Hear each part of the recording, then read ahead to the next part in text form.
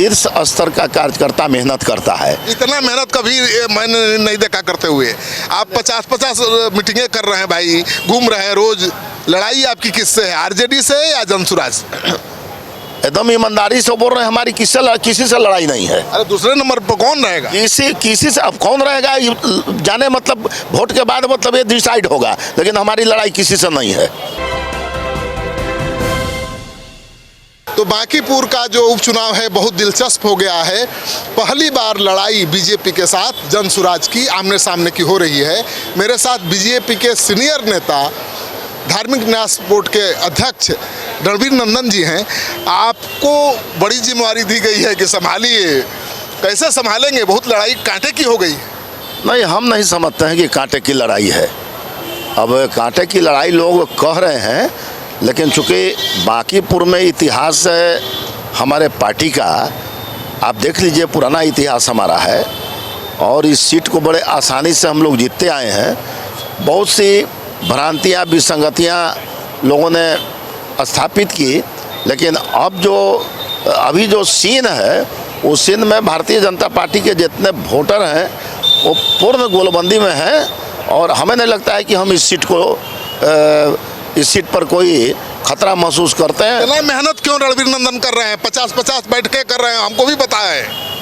चुनाव जब होता है तो बूथ स्तर से लेकर शीर्ष स्तर का कार्यकर्ता मेहनत करता है। इतना मेहनत कभी मैंने नहीं देखा करते हुए।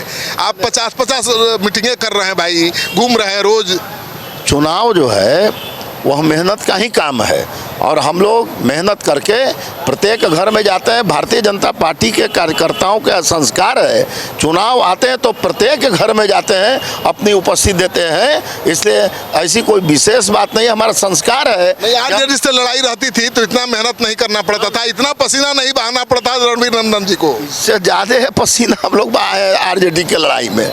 आरजेडी लड़ाई में ये तो कोई लड़ाई नहीं है। आरजेडी की लड़ाई में तो हर तरह का, मतलब जो टेक्नोलॉजी का पूरे बिहार, वो तो बिहार भर में ना इस्तेमाल करते थे लोग, इसलिए हम लोग मेहनत कर रहे हैं।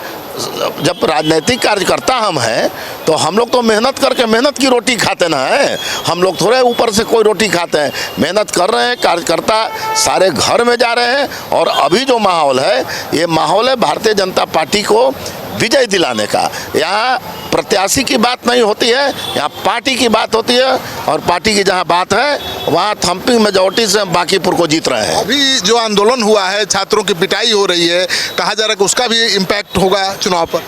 देखिए, अब मैं रियलिटी आपको बता देता हूँ।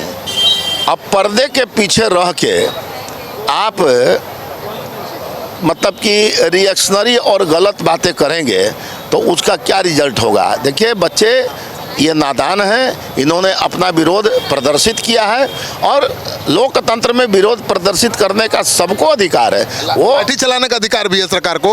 अब कहीं मान लीजिए कि कानून व्यवस्था यदि मान लीजिए कि प्रभावित हो रही है तो थोड़ा बल प्रयोग करना पड़ता है, लेकिन लड़के अपने मतलब प्रतिरोध को यदि सामने ला रहे हैं तो ये उनका अधिकार है, और सबका अधिकार है कि प्रतिरोध को सामने लाए, वो ला रहे हैं। चुनाव पर असर नहीं पड़ेगा, लेकिन इससे कोई चुनाव पर असर पड़ने वाला नहीं है।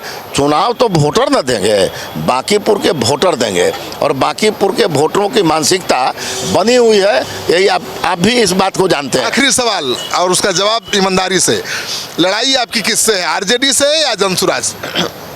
एकदम ईमानदारी से बोल रहे हैं, हमारी किसी से लड़ाई नहीं है। अरे दूसरे नंबर पर कौन रहेगा? किसी से अब कौन रहेगा जाने, मतलब वोट के बाद मतलब ये डिसाइड होगा, लेकिन हमारी लड़ाई किसी से नहीं है। चलिए, तो रणवीर नंदन दिन रात पसीना बहा रहे हैं, और मेरे पास जो खबर है कि 2 दर्जन से ज़्यादा कायस्थ समाज से लेकर हर जाति के मजहब के लोगों के साथ बैठकें कर चुके हैं, और कह रहे हैं कि कोई चुनौती ही नहीं है। इस वीडियो को खूब शेयर करिए, कमेंट बॉक्स में जाइए, अपना कमेंट ज़रूर लिखिए।